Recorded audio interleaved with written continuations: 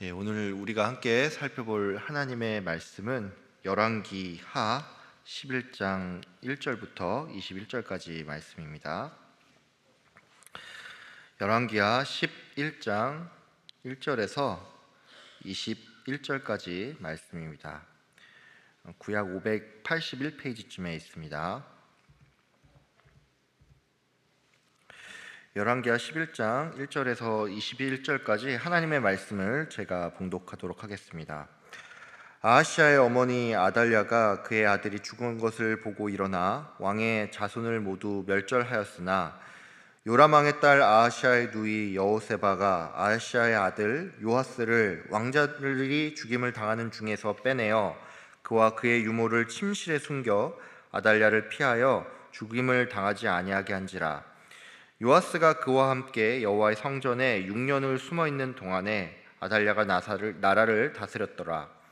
7째 해에 여호야다가 사람을 보내 가릿 사람의 백부장들과 호위병의 백부장들을 불러 데리고 여호와의 성전으로 들어가서 그들과 언약을 맺고 그들에게 여호와의 성전에서 맹세하게 한 후에 왕자를 그들에게 보이고 명령하여 이르되 너희가 행할 것이 이러하니 안식일에 들어온 너희 중 3분의 1은 왕궁을 주의하여 지키고 3분의 1은 수루문에 있고 3분의 1은 호위대 뒤에 있는 문에 있어서 이와 같이 왕궁을 주의하여 지키고 안식일에 나가는 너희 중 2대는 여호와의 성전을 주의하여 지켜 왕을 호위하되 너희는 각각 손에 무기를 잡고 왕을 호위하며 너희 대열을 침범하는 모든 자는 죽이고 왕이 출입할 때에 시위할지니라 하니 백부장들이 이에 제사장 여호야다의 모든 명령대로 행하여 각기 관할하는 바 안식일에 들어오는 자와 안식일에 나가는 자를 거느리고 제사장 여호야다에게 나아오매 제사장이 여호와의 성전에 있는 다윗 왕의 창과 방패를 백부장들에게 주니 호위병이 각각 손에 무기를 잡고 왕을 호위하되 성전 오른쪽에서부터 왼쪽까지 제단과 성전 곁에 서고 여호야다가 왕자를 인도하여 내어 왕관을 씌우며 율법책을 주고 기름을 부어 왕으로 삼음에 무리가 박수하며 왕의 만세를 부르니라. 아달랴가 호위병과 백성의 소리를 듣고 여호와의 성전에 들어가 백성에게 이르러 보매 왕이 규례대로 단 위에 섰고 장관들과 나팔수가 왕의 곁에 모셔 섰으며 온 백성이 즐거워하여 나팔을 부는지라. 아달랴가 옷을 찢으며 외치되 반역이로다 반역이로다 하매 제사장 여호야다가 군대를 거느린 백부장들에게 명령하여 이르되 그를 대열 밖으로 몰아내라. 그를 따르는 자는 모두 칼로 죽이라 하니 제사장이 이 말은 여호와의 성전에서는 그를 죽이지 말라 함이라. 이에 그의 길을 열어주매 그가 왕궁의 말이 다니는 길로 가다가 거기서 죽임을 당하였더라.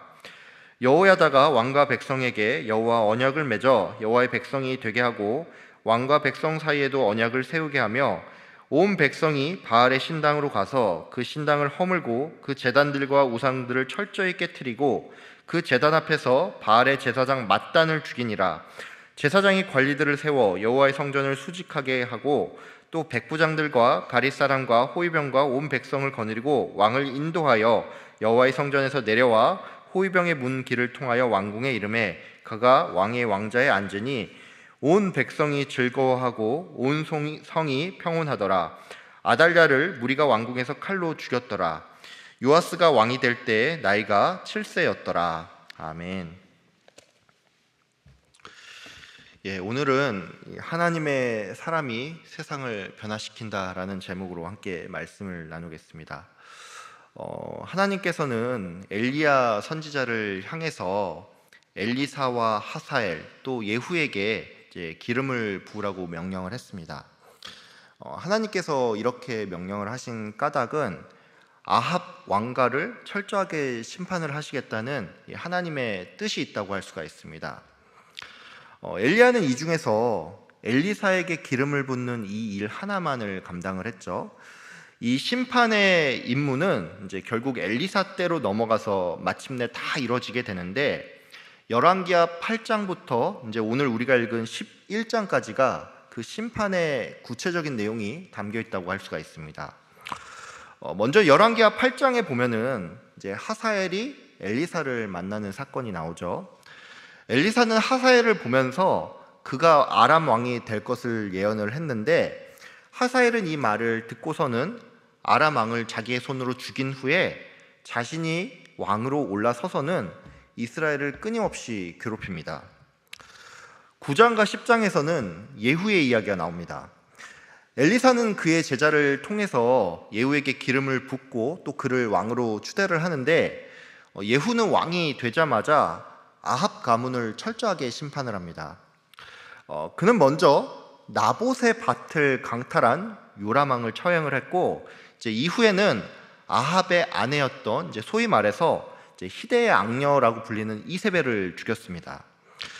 또한 그는 아합의 아들 70명과 아합과 결혼 관계로 묶인 이 유다의 왕 아하시아, 그리고 그의 형제 42명까지 처형을 하는데, 그는 여기서 멈추지 않고 바알을 숭배하는 사람들을 이제 한 곳으로 불러 모아서 이들을 모두 다 제거를 합니다.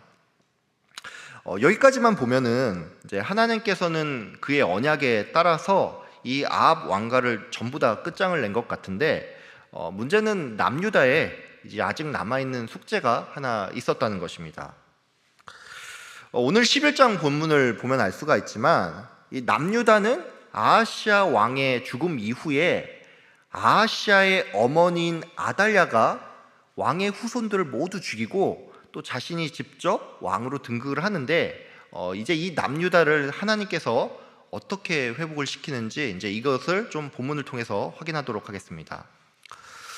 먼저 본문 1절부터 3절까지를 제가 읽겠습니다.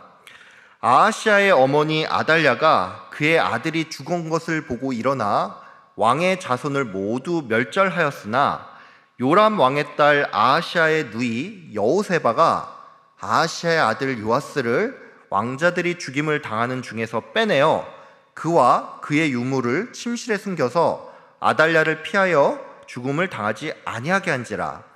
요아스가 그와 함께 여호와의 성전에 6년을 숨어 있는 동안에 아달랴가 나라를 다스렸더라. 아달랴는 아하시아 왕이 죽게 되자 이 다윗의 자손들을 모조리 제거한 후에 자신이 직접 왕이 되어서 이제 6년간 유다를 다스렸습니다. 여기까지만 보면은 이 다윗 왕가가 완전히 끊어진 걸로 보일 수가 있는데, 참으로 다행스럽게도 하나님께서는 이 아하시아 왕의 누이인 여호세바를 통해서 아하시아의 아들인 요아스를 남겨두었다는 것이죠. 쉽게 말해서 고모가 조카의 생명을 보존을 함으로써 이 다윗의 후손을 지켰다는 것입니다. 이 요아스는 예루살렘 성전에서 6년간을 숨어 지냈는데, 참고로 이 예루살렘 성전은 왕궁의 바로 옆에 위치해 있었습니다. 그러니까 이 요아스가 6년이라는 시간 동안에 그 정체를 들키지 않았다는 것은 바꿔 말해서 이 아달랴가 철저한 바알 숭배자로서 여호와의 성전을 전혀 드나들지 않았다는 말입니다. 오늘 본문 1절부터 3절까지를 보다 보면 우리가 한 가지 의문이 생길 수가 있습니다. 어떤 의문이냐면, 본문에 보면은 아달랴가 왕의 자손을 모두 멸절했다라는 구절이 나오죠.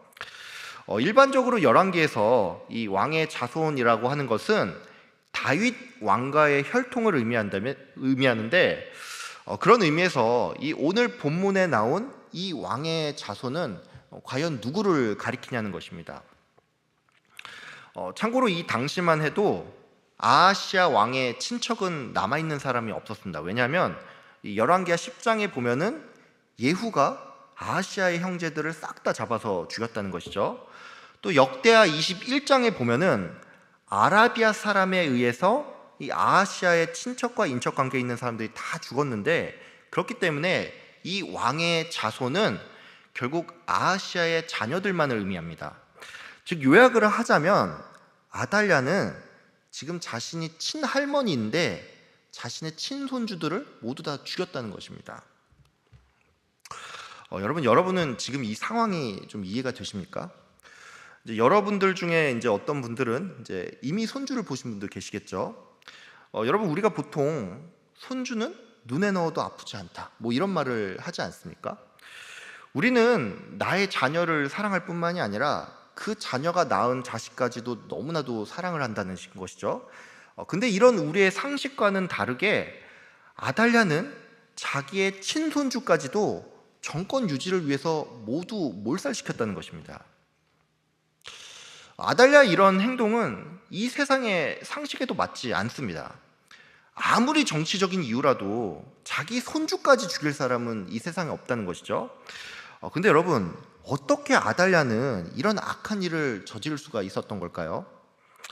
이것은 아달랴가 아합과 이세벨의 딸로서 그 바탕에 바알 신앙이 뿌리 깊게 박혀 있었기 때문입니다. 우리가 열왕기를 읽다가 보면은 이해하기 힘든 장면이 있습니다. 예를 들면 이런 거죠. 아람 군대가 이 사마리아 성을 둘러쌌을 때 이스라엘 사람들이 극심한 배고픔에 시달립니다.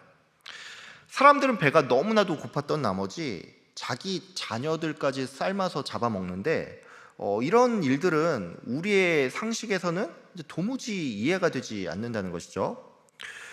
우리는 보통 차라리 내가 죽더라도 자녀를 살리지, 이 자녀를 잡아먹는 행위는 기독교를 떠나서도 이 인간의 상식과는 맞지 않다는 것입니다.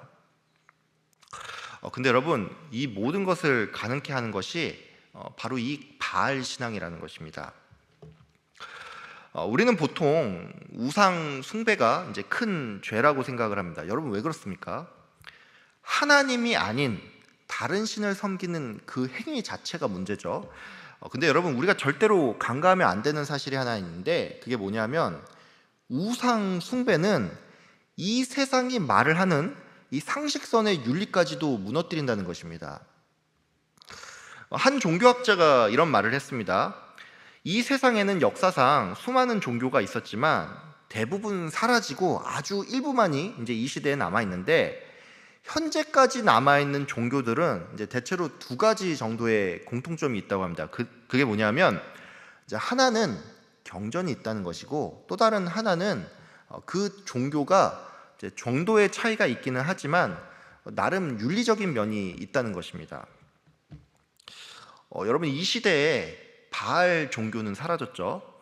물론 이 시대에도 여러 가지 우상들이 존재하고 또 우상 숭배의 정신은 이제 다른 형태로 많이 남아 있는데, 바알 종교 자체가 사라진 까닭은 이 종교가 보편적인 윤리 기준에서는 많이 어긋나기 때문입니다.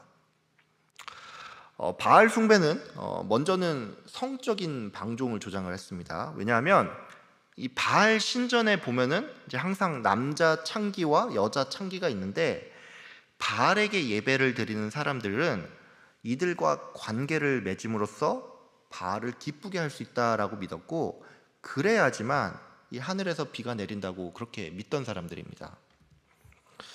오늘날의 기준에서 이 창기와 관계를 맺는 것은 뭐 어떻게 말해도 매춘 행위이고, 이 기독교 관점에서는 간음 행위죠.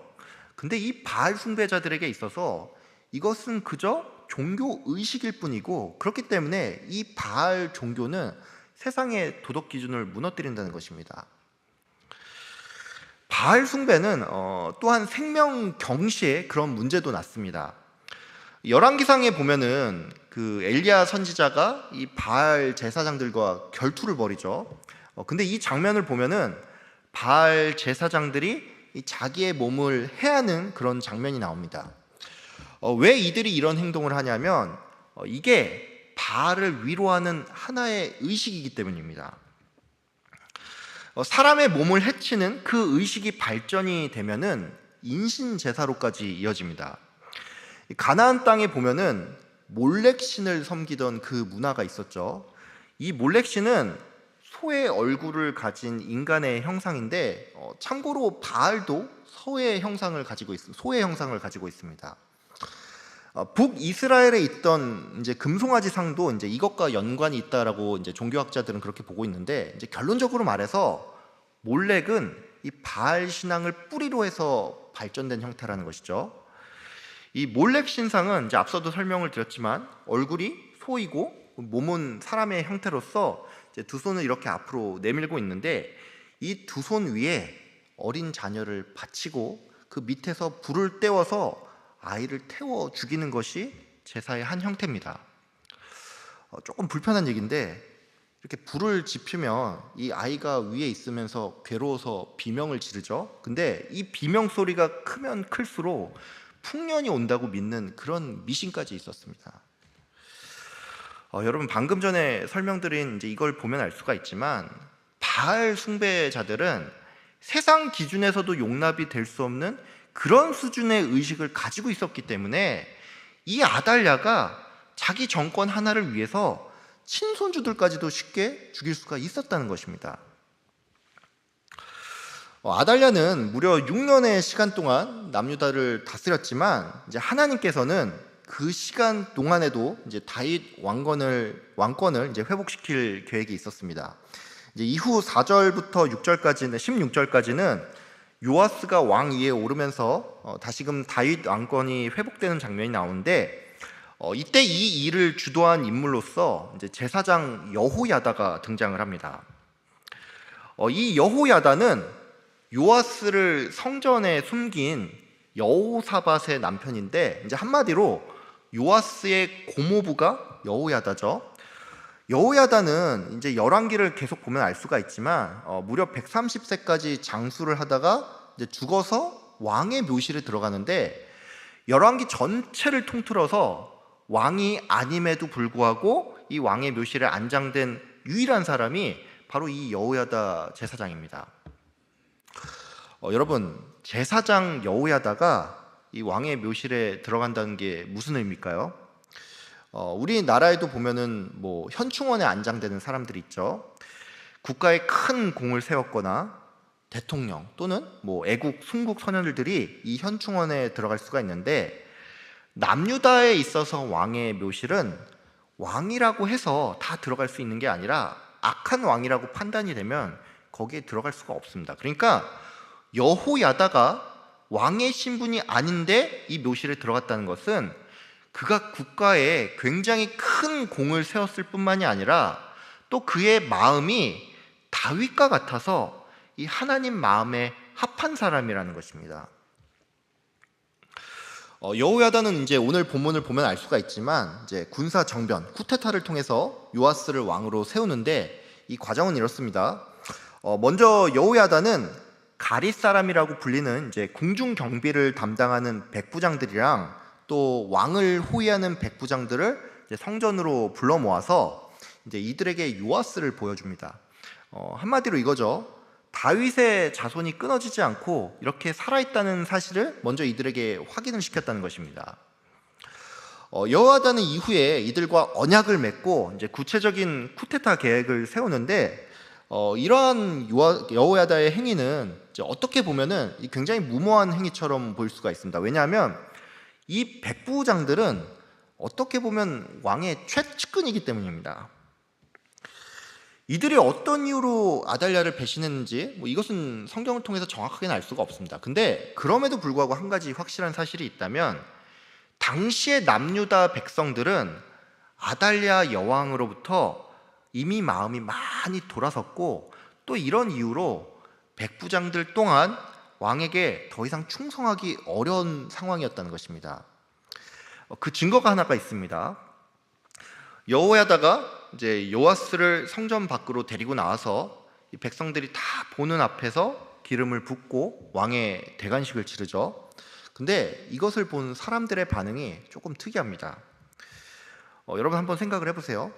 요아스는 당시에 7살밖에 되지 않은 꼬마 아이입니다. 그러니까 우리 기준으로 치면 유치부 아이가 지금 왕의 대관식을 치르고 있다는 것이죠.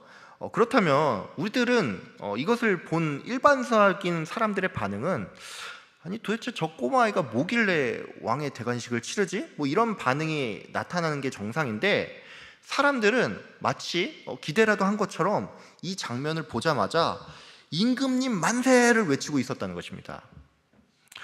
여러분, 이걸 보면 알 수가 있지만 이 당시 남유다의 백성들은 이미 그 당시에 이 아달랴 여왕으로부터 마음이 많이 떠나 있었고, 또 다윗 왕가가 회복되기를 간절히 바라고 있었다는 것입니다. 아달랴는 갑자기 밖에서 이제 떠들썩한 소리가 들리니까 이게 대체 뭔가 싶어서 이제 성전에 왔다가 왕의 대관식을 치르는 걸 보고서 반역이다라고 외쳤는데 이때 여호야다는 아달랴를 따르는 사람들 모두 다 죽이라라고 하면서 이 여자를 이제 성전에서 죽일 수는 없으니까 성전 밖으로 끌고 나갈 것을 이제 백부장들에게 명령했습니다. 아달랴는 성전 밖으로 끌려 나가서 이제 백부장의 칼에 맞아서 죽게 되는데 여호야다는 이처럼 다윗 왕조를 이제 성공적으로 복귀시켰을 뿐만이 아니라 이제 17절 이후를 보면 알 수가 있지만 언약을 다시 갱신하고 바알 숭배를 이 남유다의 땅에서 완전히 끊어버립니다. 오늘 이 11장에 나타난 남유다의 개혁은 이 북이스라엘의 개혁과 별개의 사건이 아닙니다. 이 남유다의 개혁은 결국에는 하나님께서 아합 왕과 관련된 사람이라면 북이스라엘든 남유다든 가리지 않고서 철저하게 심판한다는 것을 보여주는 사건입니다. 오늘 우리는 이 아합 가문의 심판이 결국에 어떻게 끝이 나는지를 좀 살펴봤는데 저는 오늘 여러분께서 이제 이 본문을 통해서 좀 한 가지 사실을 기억하고 돌아갔으면 합니다. 여러분, 오늘 본문에 나오는 이 여호야다를 보면 우리가 알 수가 있지만 이 어떠한 한 나라가 바로 서기 위해서는 하나님께 쓰임을 받는 사람이 필요한데 하나님께서는 이것을 온전히 이루기 위해서 하나님의 말씀을 지키는 데 있어 타협이 없는 사람을 사용한다는 것입니다. 예후도 하나님께 쓰임을 받았죠. 근데 북이스라엘은 결국에는 예후가 금송아지 상을 제거하지 못했기 때문에 결국에는 절반의 성공으로 끝이 납니다. 반면에 남유다는 여호야다를 통해서 온전한 개혁을 이뤘다는 것이죠.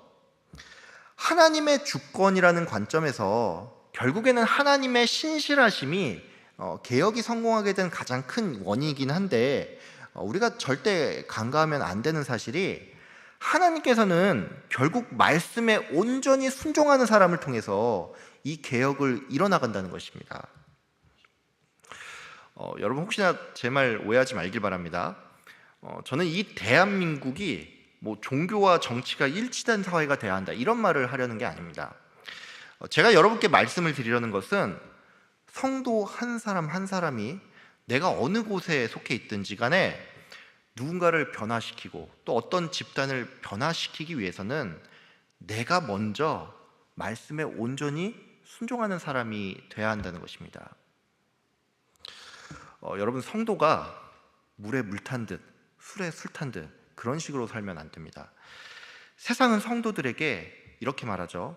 기독교인인 거 너무 티내지 말고 좀 융통성 있게 살아, 뭐 이런 식으로 말을 하죠. 적당히 타협하면서 좋은 게 좋은 거니까 이제 술도 한 잔씩 하고 담배도 피고 주일날 어디 여행도 가고 사회생활이니까 유흥도 좀 즐겨라 이렇게 말을 하는데 참 안타깝게도 이제 일부 기독교인들은 교회 안에서의 생활과 이제 세상에서의 모습이 이제 180도 다른 사람도 있는데 여러분, 우리가 이렇게 살면 이건 내 신앙에도 문제지만 더 큰 문제는 나의 이런 모습 때문에 우리가 세상에서 무시를 당할 수도 있다는 것입니다. 예수님께서는 성도가 이 세상의 소금인데 소금이 만약에 그 맛을 잃어버리면 아무 쓸데가 없어서 버려지고 사람들에게 밟힐 뿐이라고 말씀하셨습니다. 그러니까 성도는 먼저 내가 하나님의 말씀 앞에서 타협하지 않아야지만 그때서야 비로소 한 영혼을 변화시키든 세상을 변화시키든 뭔가를 할 수가 있다는 것입니다. 제가 이와 관련해서 이제 잠시 저희 이야기를 하나 드릴까 합니다. 제가 직장 생활을 할 때 이제 신우회 활동을 같이 한 동기 한 명이 있었는데 이 친구는 이제 저한테 자기가 평생에 술을 입에 한 번도 대지 않았다고 말을 했습니다. 제가 조선소에서 근무를 했는데 조선소는 술을 안 마시면은 이 사람들과 아예 어울릴 수가 없는 그런 조직입니다. 근데 이 친구가 이런 문화 가운데서도 자기의 신앙을 이유로 이것을 꿋꿋하게 지켜나갔다는 것이죠. 당시만 하더라도 저는 이 친구가 조금 너무할 정도로 집, 회사, 교회, 집, 회사, 교회, 집, 회사, 교회 딱 이렇게만 반복을 하면서 살아가니까 이게 제 입장에서는 좀 융통성 없게 느껴졌는데, 제가 이 친구를 완전히 다시 보게 된 사건이 하나가 있었습니다. 그게 뭐냐면, 저는 그때도 기독교인이긴 했지만 나는 그렇게 꽉 막혀 있는 사람이 아니고, 그래서 뭐 불신자 친구들과도 이제 격이 없이 잘 지낸다, 뭐 이렇게 생각을 했는데, 어느 날 이 불신자 친구 중에 한 명이 이제 인생에 어떤 어려움이 닥치자 조언을 구한다고 하면서 저한테는 찾아오질 않고 그 융통성 없게 느껴지던 그 신우의 동기를 찾아가서, 야, 예수님 믿으면 뭐가 좀 달라져? 이런 질문을 하고 있었다는 것입니다. 여러분, 목사라는 제가 참 부끄러운 과거가 있죠. 예.